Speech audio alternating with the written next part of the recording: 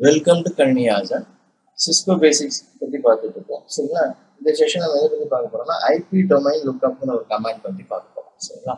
So அந்த command எதுக்கு use பண்ணுவோம்னு பார்த்தீங்கன்னா, இப்போ டொமைன் நேம் சர்வர் சொல்றோம்ல, இப்போ சிஸ்டம்லாம் பார்த்தீங்கன்னா டொமைன் நேம் சர்வர் சொல்லுவோம். சரிங்களா? ஸோ அந்த இது வந்து சுவிட்சில் வந்து நமக்கு டிஃபால்ட்டாக எதுவுமே செட் ஆகிருக்காது, நம்ம தான் செட் பண்ணுவோம். சரிங்களா?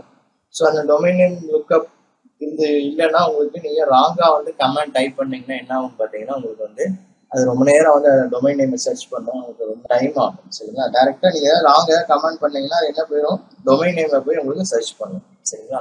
ஸோ டொமைன் நேம் இருக்கான்னு போயிட்டு உங்களுக்கு அந்த கமெண்ட் வந்து ராங்காக டைப் பண்ணீங்கன்னா அந்த டொமைன் நேம் சர்வர் தான் போய் சர்ச் பண்ணும். சரிங்களா?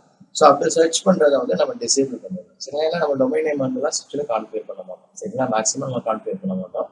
சரிங்களா? ஸோ அதை வந்து நம்ம என்ன பண்ணணும், எப்படி டிசேபிள் பண்ணுறது, அந்த டொமைன் நேம் லுக்அப் சர்வரை வந்து சர்ச் பண்ணுறதை வந்து எப்படி வந்து டிசேபிள் பண்ணுறது அதுதான் பார்க்கலாம். ஓகே, இப்போ நான் என்ன பண்ணுறேன், எக்ஸிட் பண்ணிக்கிறேன். ஓகே, இப்போ என்டர் பண்ணுறேன். இப்போ எனேபிள்னு நான் கொடுக்கறதுக்கு பதிலாக இஎன்எஸ் கொடுத்துருக்கேன். தப்பாக ராங்காக வந்து கமாண்ட் வந்து டைப் பண்ணிட்டேன். ஓகேங்களா?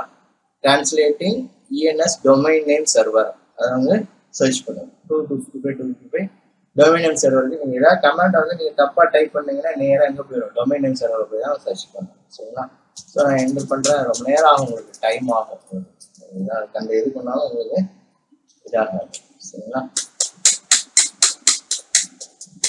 இப்போ வந்து அந்த டொமைன் லுக்அப் வந்து நம்ம என்ன பண்ணணும், டிசேபிள் பண்ணணும். டிசேபிள் பண்ணிட்டீங்கன்னா உங்களுக்கு இந்த ப்ராப்ளம் வந்து உங்களுக்கு வராது.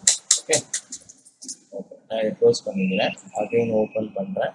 ஸோ இப்போ உங்களுக்கு என்ன ஆகிட்டே தான் இருக்கும் உங்களுக்கு. ஓகே, ஸோ இது வந்து ஒரு சர்டன் டைம் வரைக்கும் இருக்கும், ஆட்டோமேட்டிக்காக சர்ச் பண்ணி பார்க்கும், இல்லைன்னா உங்களுக்கு ப்ராம்ப்ட்டுக்கு வந்து இதாகும். ஸோ இப்போ அதை வந்து நம்ம சேஞ்ச் பண்ணணும்.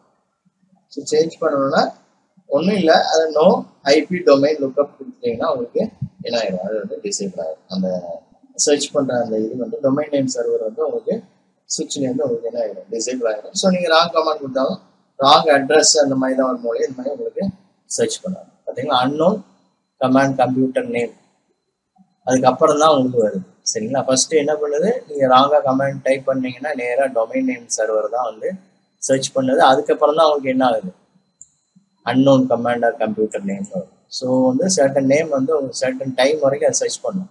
ஸோ அது இல்லைன்னா அதுக்கப்புறம் தான் உங்களுக்கு என்ன ஆகும், அன்னோன் கமாண்ட் அதை இது பண்ணி உங்களுக்கு வெளியில் வரும் அந்த இதை விட்டு ப்ராம்ப்டை விட்டு.